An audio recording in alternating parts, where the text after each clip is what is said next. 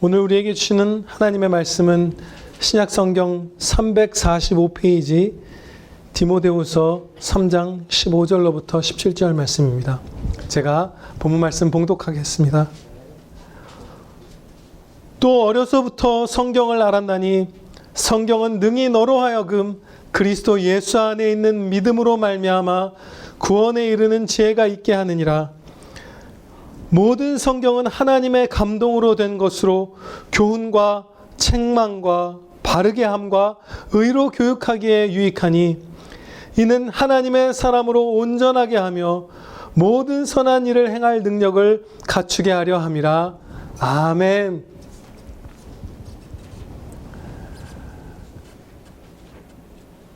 본문 말씀 디모데후서 3장 15절로 17절 말씀, 하나님의 말씀 성경이라는 제목으로 선포하도록 하겠습니다. 이 말씀은 성경이란 무엇인지 가르쳐주는 본문입니다. 우리에게 주어진 계시는 크게 두 가지로 분류할 수 있어요. 하나는 바로 이 성경 말씀이고, 또 다른 하나는 이 피조세계와 그리고 사람 안에 심으신 양심과 신적인 것에 대한 감각, 이렇게 나눌 수 있어요. 성경 말씀이 한 가지고 또 이 피조세계, 우리도 사실 피조물이죠.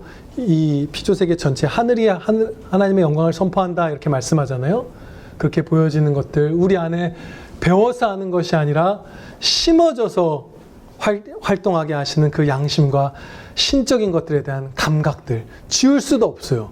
가르칠 필요도 없고, 그것들, 이런 것들이 우리가 갖고 있는 크게 두 가지로 분류할 수 있는 계시입니다. 이 피조세계와 우리 안에 있는 계시를 일반 계시라고 우리가 부르고요. 또 이 성경 말씀을 특별 계시라는 말로 부릅니다. 이 일반 계시를 갖고서는 하나님이 계시다는 것과 주님께서 영광 되시다는 것과 전능하시다는 것과 이런 것들을 알 수 있지만, 은혜 주신다는 것, 사랑하신다는 거 알 수 있지만, 구원에 이르는 그 지혜는 일반 계시로는 부족합니다. 하늘의 영광을 본다고 해서, 제가 얼마 전에 아이슬란드를 이렇게 동영상으로 찍은 영상을 보는데요. 첫 장면이 딱 나오는데 이렇게 숨이 못 쉬겠더라고요. 너무 아름다워서, 그 영광이 뿜어져 나와서. 근데 그 다음에 제목이 쫙 그 자막이 떠오르는데 브레스테이킹이라고, 그러니까 우리나라 말로 하면 숨이 멎을 듯한 막 그 절경, 이런 거죠. 그게 딱 나온 거예요. 실로 그러합니다. 근데 그렇게 뿜어내는 이 피조세계 영광을 갖고서도, 또 양심을 갖고서도 예수 그리스도를 믿고 구원받는 데까지 이르지는 못합니다. 그 구원은 오직 특별 계시인 성경에서만 주어지는 것이에요. 구원에 이르는 계시는. 이 특별 계시, 더 예수님을 밝히 드러내고 구원에 이르게 하는 십자가 복음, 그 보혈을 우리에게 전해주는 이 특별 계시에 대해서 그것이 성경이다라고 15절에서 가르쳐 주십니다. 성경은 능히 너로 하여금 그리스도 예수 안에 있는 믿음으로 말미암아 구원에 이르는 지혜가 있게 하느니라. 아멘. 오직 이 특별 계신 성경만이 우리를 구원으로 인도할 수 있는 것이에요.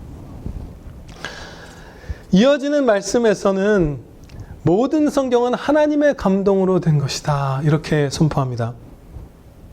16절 말씀이죠. 여기서 하나님의 감동이라고 번역된 말씀은 하나님께서 숨을 불어넣으셨다라는 헬라어예요. 그러니까 이 성경의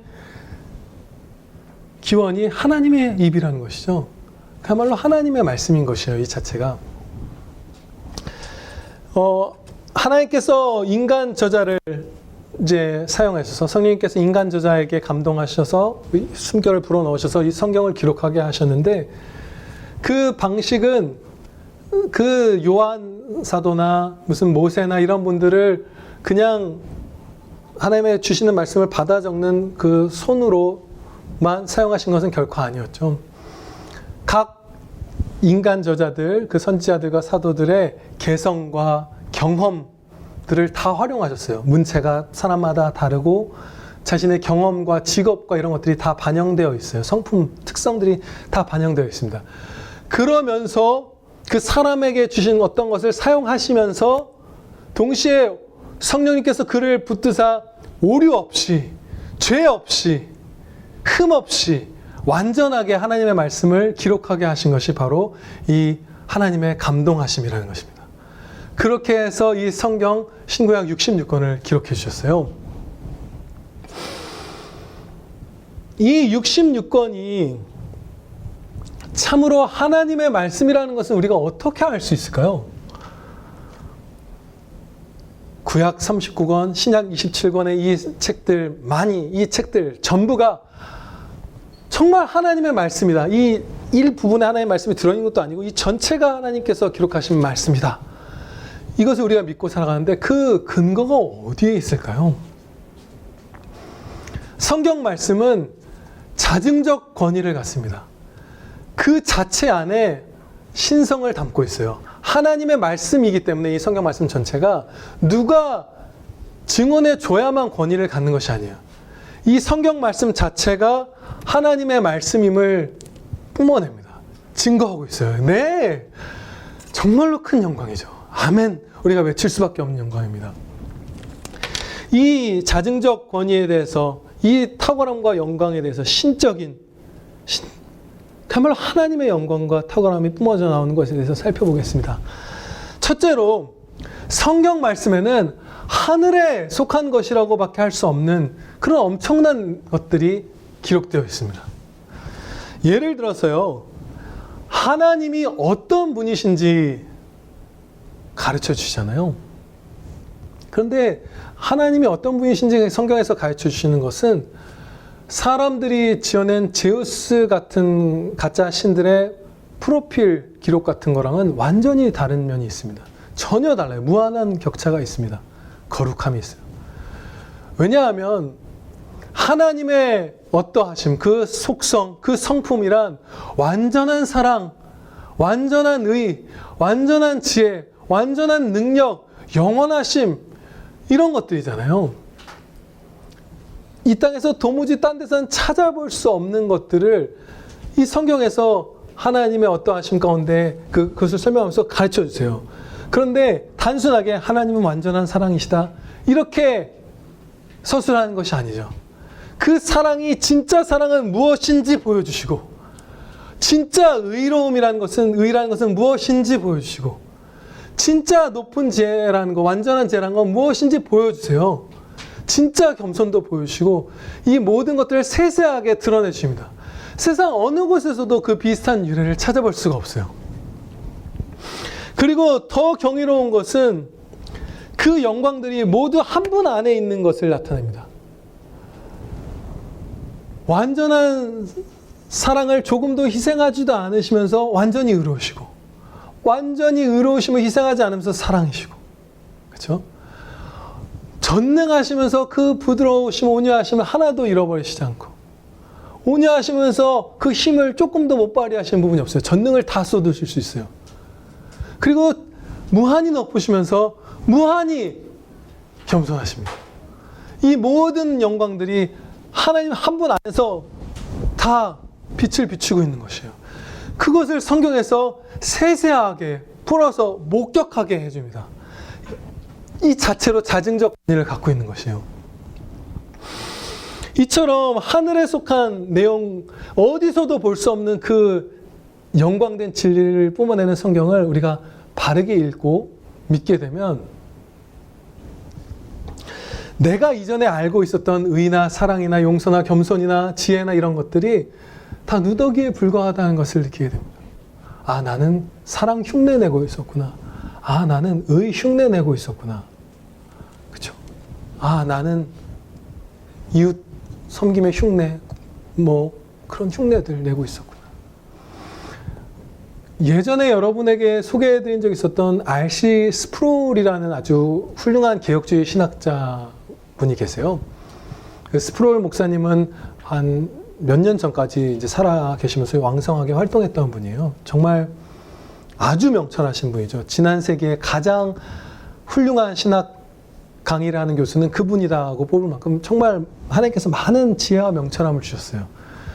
그런데 그분이 자신의 그 교육에 대해서, 받은 교육에 대해서 얘기하기를 모든 문서를 아주 철학적으로 냉철하게 비판하고 분석하는 그 훈련을 받았다고 해요. 철저하게. 많은 학교들을 다니시고 공부하면서. 그런데 이 성경 말씀을 읽을 때에는 자신의 그 누더기 같은 것을 보게 되면서 하늘에 속한 것이에요. 내가 어찌할 수 없는 거잖아요. 비판할 수 있는 수준이 아니잖아요. 그 앞에서 어떻게 느꼈는지 이렇게 얘기를 합니다. 성경을 읽을 때 진정한 의미에서 본문이 아니라 도리어 내가 비평의 대상이 된다는 것을 깨달았다. 내가 성경을 비판할 수 있기보다는 성경이 나를 비판하고 있었다. 우리는 성경 내용의 천상적인 성격에 직면할 수밖에 없다. 우리도 마찬가지죠. 조금만이라도 정직하게 믿음을 갖고 이 성경 말씀을 읽다 보면 이거에 대해서 우리가 감히 비판할 수 없고 나의 그 죄악됨을 용서해 주시기를 조금이라도 더 이 말씀대로 살기를 간구하는 자들이 되잖아요. 그만큼 이 성경에는 천상적인 내용이 담겨 있습니다. 그것이 이 66권 성경의 하나님의 말씀이라는 것의 첫 번째 증거이고요. 둘째로는 교리의 효능입니다. 이 하나님의 말씀, 이 성경에 담긴 그 진리들을 우리가 배우고 아멘으로 받고 실천할 때 세상 어떤 것도 이룰 수 없는 회복과 성장이 그리고 승리가 주어집니다. 주저앉아 울던 사람이 이 성경으로는 살아나요.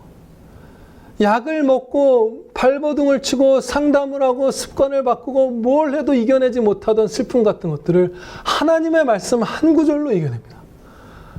이 하나님의 말씀은 개인을 바꾸고 교회를 바꾸고 이 사회를 변혁시킵니다. 야만인이라고 이 문명사회에서 불렀던 사람들이 복음이 전파되자 신사적이고 따뜻하고 자상한 사람들로 변하고 그 용맹한 맹수와 같던 사람들이 변해버리고 그런 역사가 그냥 구구절절 이 세계사 가운데 쓰여 있어요. 교회사 가운데 넘치도록 있죠. 우리를 그 어떤 교육 비할 수 없고 어떤 채찍질도 비할 수 없고 어떤 당근도 비할 수 없는 엄청난 효능으로 고치시고 살리시는 약보다도 어떤 약과 진료보다도 무엇도 비교할 수 없는 효능이 성경의 교리에 있습니다. 그것이 하나님의 말씀임을 드러내고요. 세 번째는 성경 모든 부분의 일치성입니다. 1500여 년에 걸쳐서 수십 명의 저자가 66권의 책을 기록했습니다. 한 책 내에도 막 시편 같은 경우에는 여러 저자가 있죠. 그런데 그 모든 성경이 완전한 내용의 일치를 이루는 것이에요.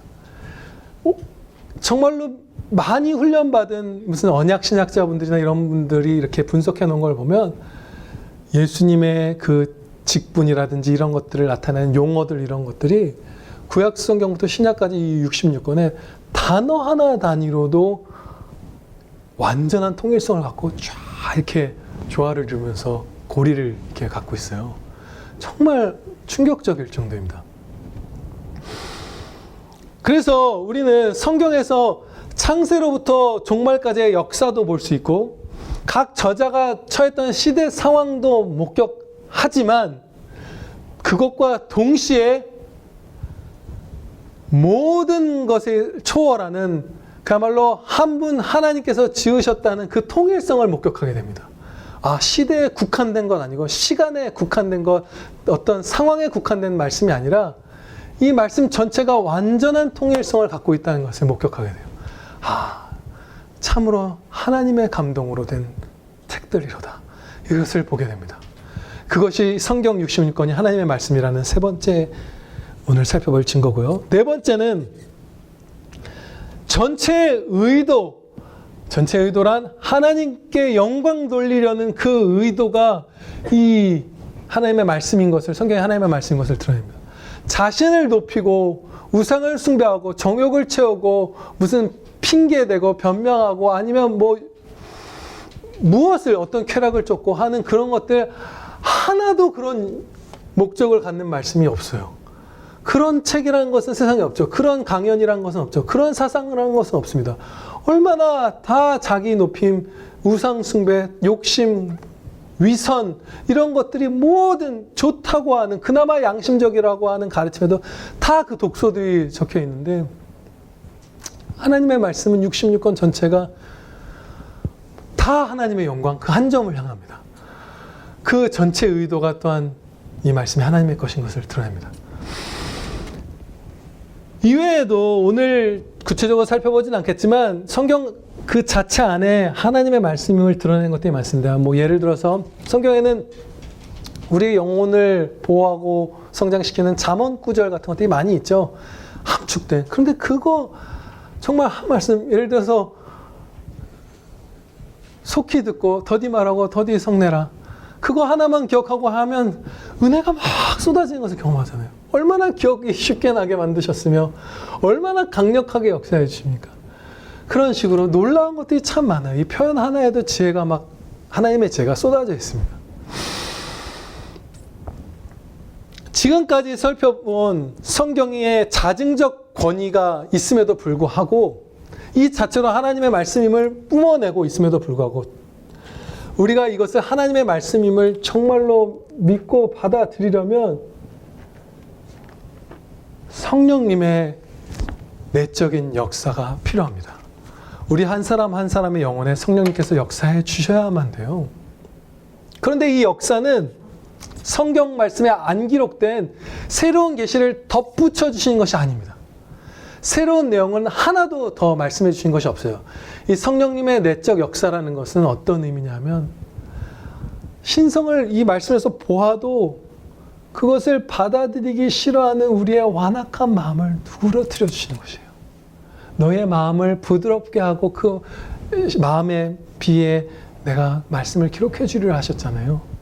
그 역사입니다. 타락한 인류의 본성 가운데 있는 하나님의 말씀에 대한 반감을 이길 수 있는 그 부드러운 마음, 겸손한 마음, 양 같은 마음을 우리에게 주시는 게 성령님의 내적 역사입니다. 이 성경의 자증적 권위가 부족해서, 여기에 영광이 뿜어나온 게서 부족해서 성령님의 역사가 우리 한 사람 한 사람에게 필요한 것이 아니라 우리의 완악함을 누그러뜨려 주신 역사를 베푸셔서 이미 스스로 하나님의 말씀임을 드러내고 있는 성경을 받게 해주시는 것입니다.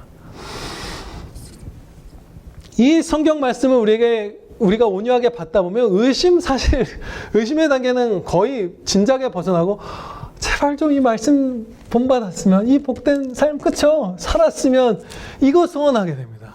그렇게 이것은 참으로 영광을 뿜어내는 말씀이에요.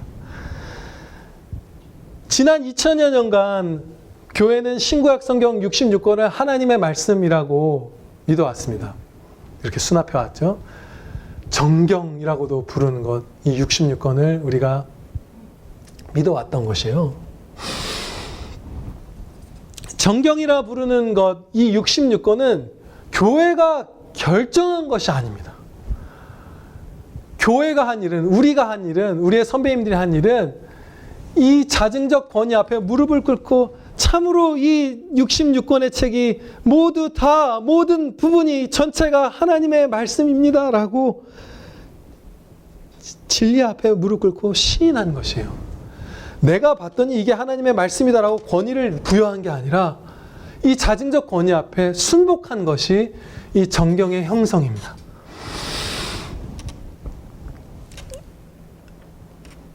하나님의 말씀인 이 성경은 교훈과 책망과 바르게 함과 의로 교육하게 유익하다고 말씀하죠.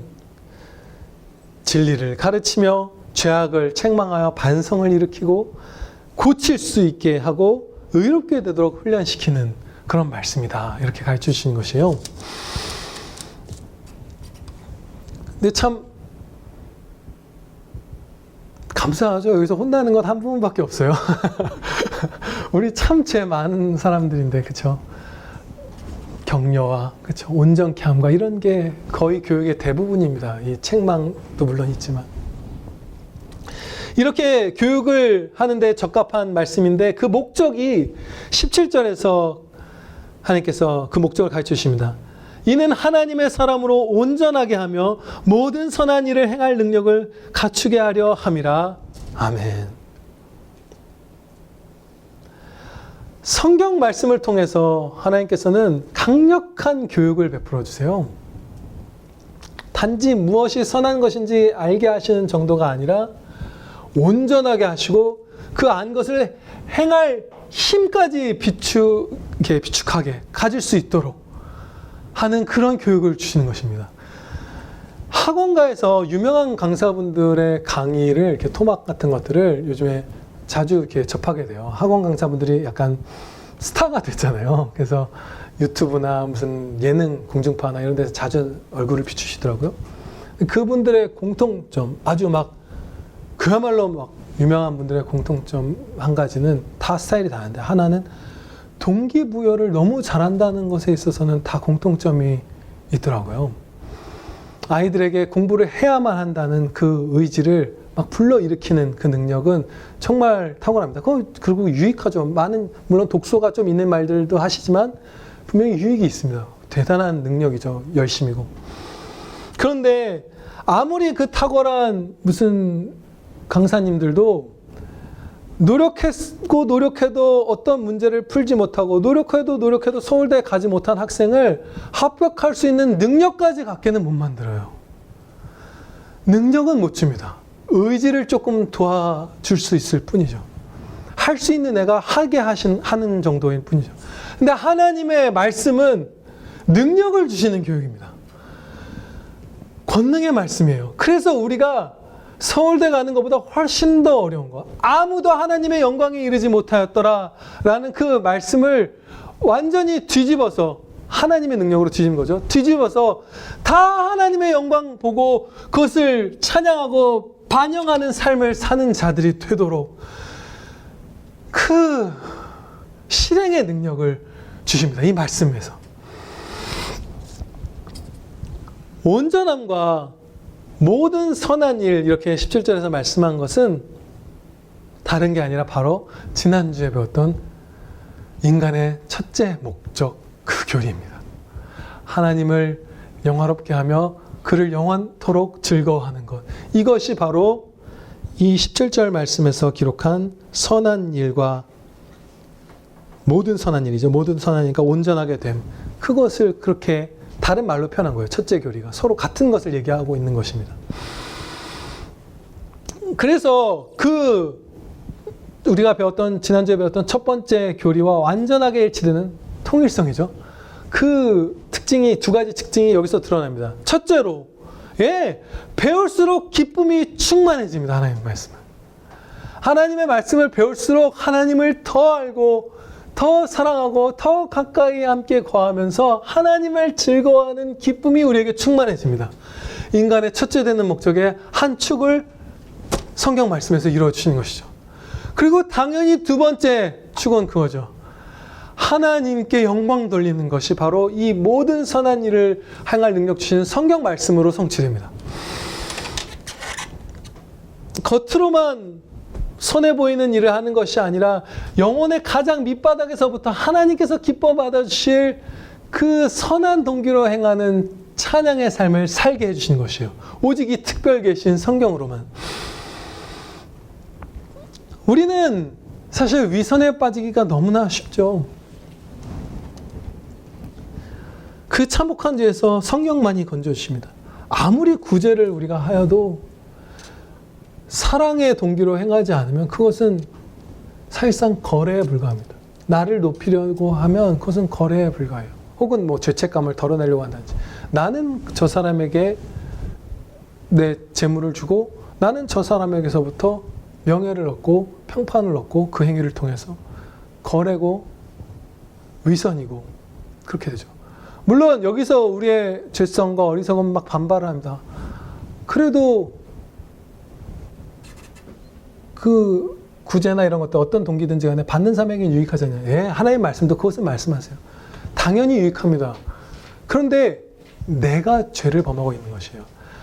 다른 사람에게 구제를 베풀 수 있는 나라는 사람의 존재, 생명, 시간, 기회, 재물을 갖고 그것을 하나님께 영광 돌리는 목적이 아니라 그것을 다 하나님이 주셨는데 하나님을 배제하고 나를 높이는데 그 행동을 했기 때문에 상대방은 유익을 얻지만 나는 죄를 범할 뿐인 것이에요. 사랑이 없이는 너를 불살하게 내어줘도 아무 유익이 너에게는 없다고 말씀하시잖아요. 그 행한 자에게는. 바로 그것입니다. 네가 상을 이미 받았다라고 말씀하세요. 남에게 보이려고 선한 일을 하는 자에게. 네가 이미 상을 받았다. 사람에게서. 나는 너에게 줄 상이 없다. 너에게 영원한 것과 무관한 삶을 네가 지금 살고 있다. 그렇게 말씀하시잖아요. 그런 것들에서 건지사 정말로 하나님께 영광 돌리는 삶을 살 수 있는 교육은 이 성경만이 가능하고, 이 성경은 완전히 그것을 성취합니다.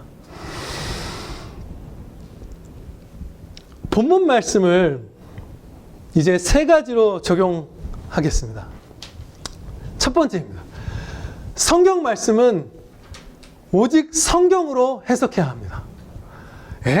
너무나 중요한 아멘 할 진리입니다.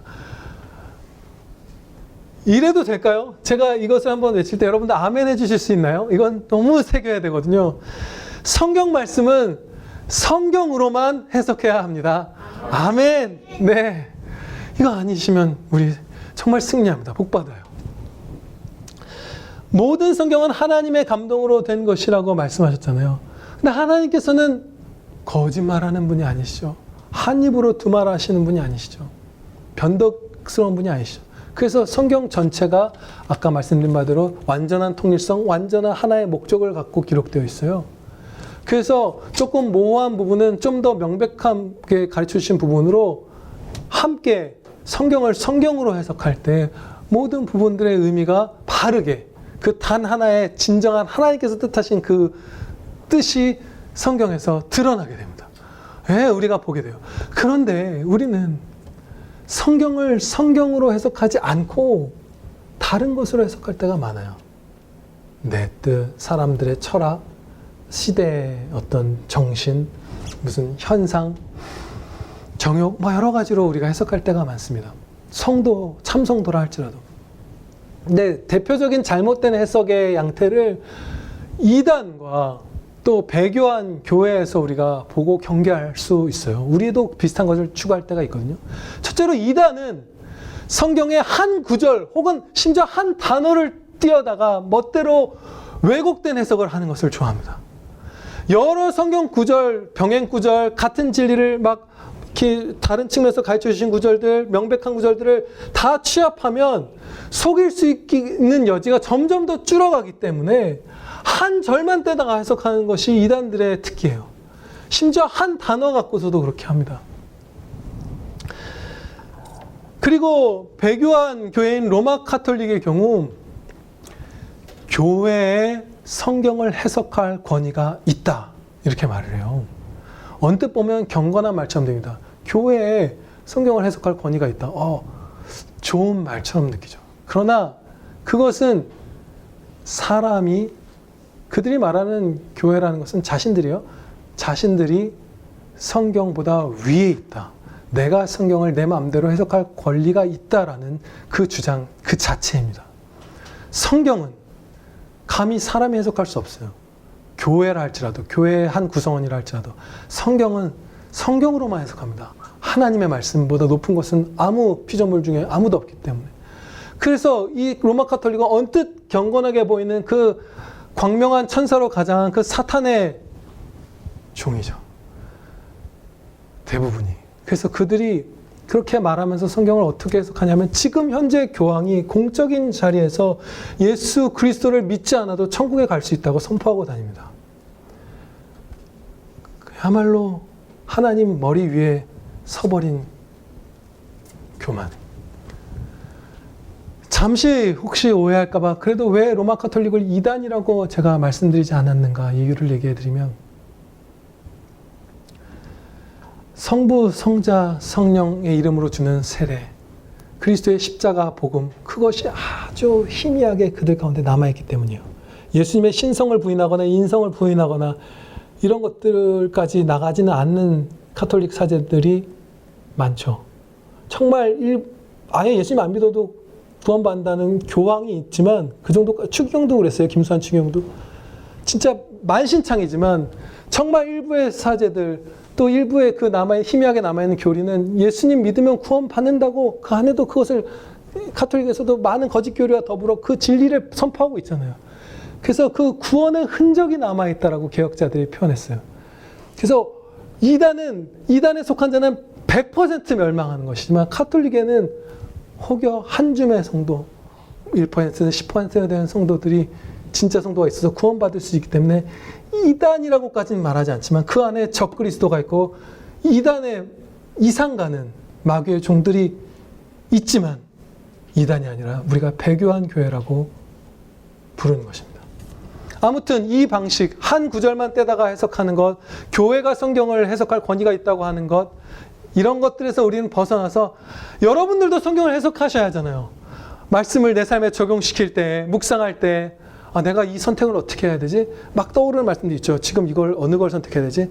하나님께 영광 돌려야지. 뭘 이렇게 하라고 하셨지. 사랑, 그 다 조합해서 선택해야 될 때가 있죠. 여러분들도 또 설교를 들으실 때도 목사의 입에서 나오는 말이 하나님의 말씀인지 아닌지를 분별하셔야 되잖아요. 그때의 기준은 성경은 성경으로 해석한다. 이 단 한 가지뿐입니다. 이거 지키시면서 많은 은혜 누리시길 바랍니다. 두 번째 적용입니다. 우리는 말씀을 듣는 것만이 아니라 실행해서 그 달콤함을 직접 맛보아야 합니다. 그래야만 우리가 성장하고 이 목적을 이루어갑니다. 맛보기 시작하면 그것이 막 가속도가 붙어요. 주님 안에서 거의 성장하지 않고 초보적인 단계에 머무르고 있는 성도들을 책망하시는 말씀으로 히브리서 5장 13절에서 이렇게 말씀해 주셨습니다.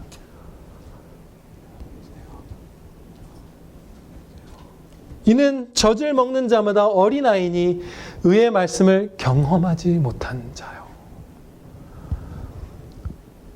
젖을 먹는 어린아이처럼 너희의 신앙이 너무 안 자랐다. 그것을 책망하시는데 니네가 경험하지 못했다.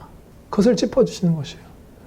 경험했더라면, 직접 순종하면서 맛보았더라면 성장했을 텐데, 그죠? 더 갈망했을 텐데, 말씀대로 더 살고 싶어 했을 텐데, 먹지를 않으니까 도무지 너희가 니네 앞에 있는 그야말로 잠언에서 말한 대로 음식을 손에 들고서 입에 넣기를 귀찮아하는 그 게으름. 이 육신적인 삶에서는 그 정도 게으름 가진 사람 아무도 없죠.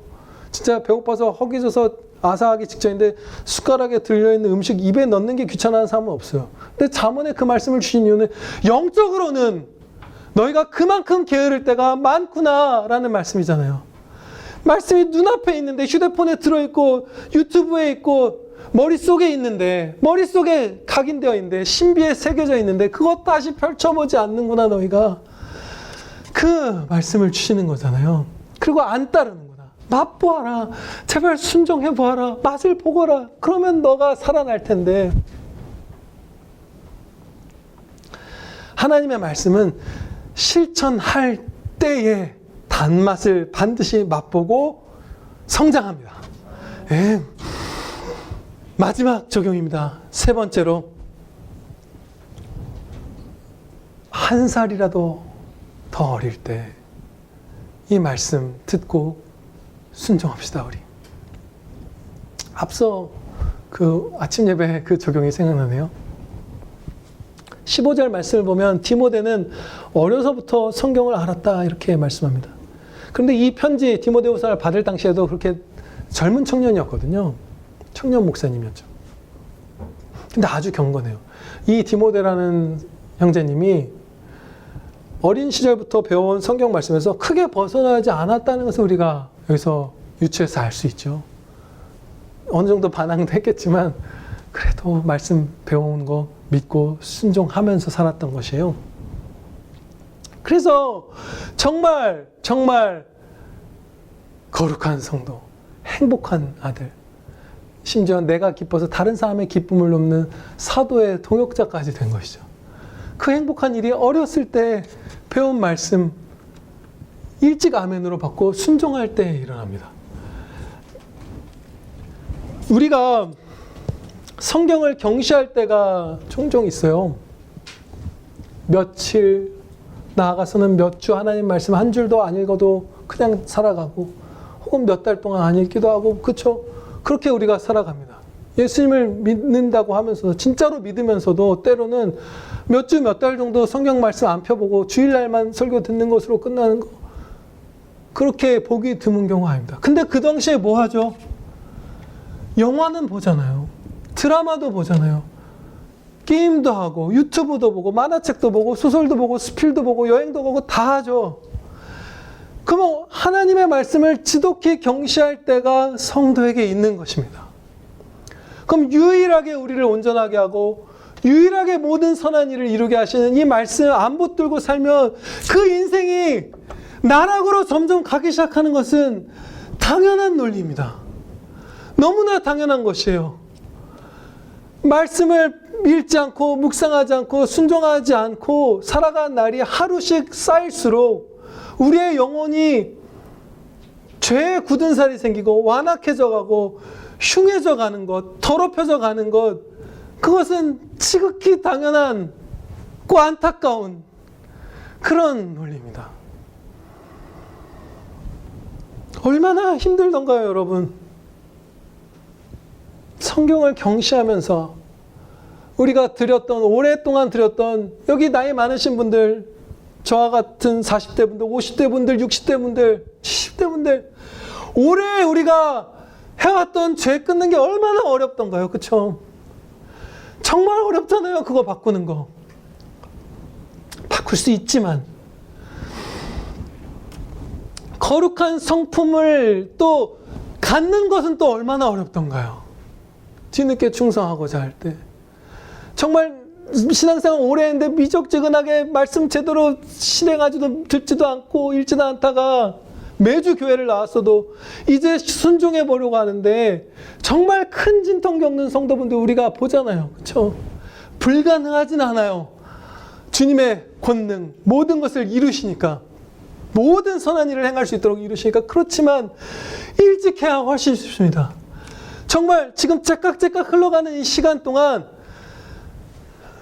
청년 여러분 정말 빨리 이 말씀 순종하셔서 정말 행복한 삶 사시기를 축원합니다. 이제 제가 웨스트민스터 소요리 문답 제2문의 질문을 이제 드리면 우리 모두가 함께 답변하시겠습니다. 이 주보 한번 보실까요? 주보 아래쪽에 있습니다. 제2문, 하나님은 당신을 영화롭게 하고 즐기는 방법을 지도하기 위해 우리에게 어떠한 규범을 주셨습니까? 하나님을 영화롭게 하며 그를 즐기는 방법을 우리에게 지도해 주는 유일한 규범은 구약과 신약 속에 담겨 있는 하나님의 말씀입니다. 아멘.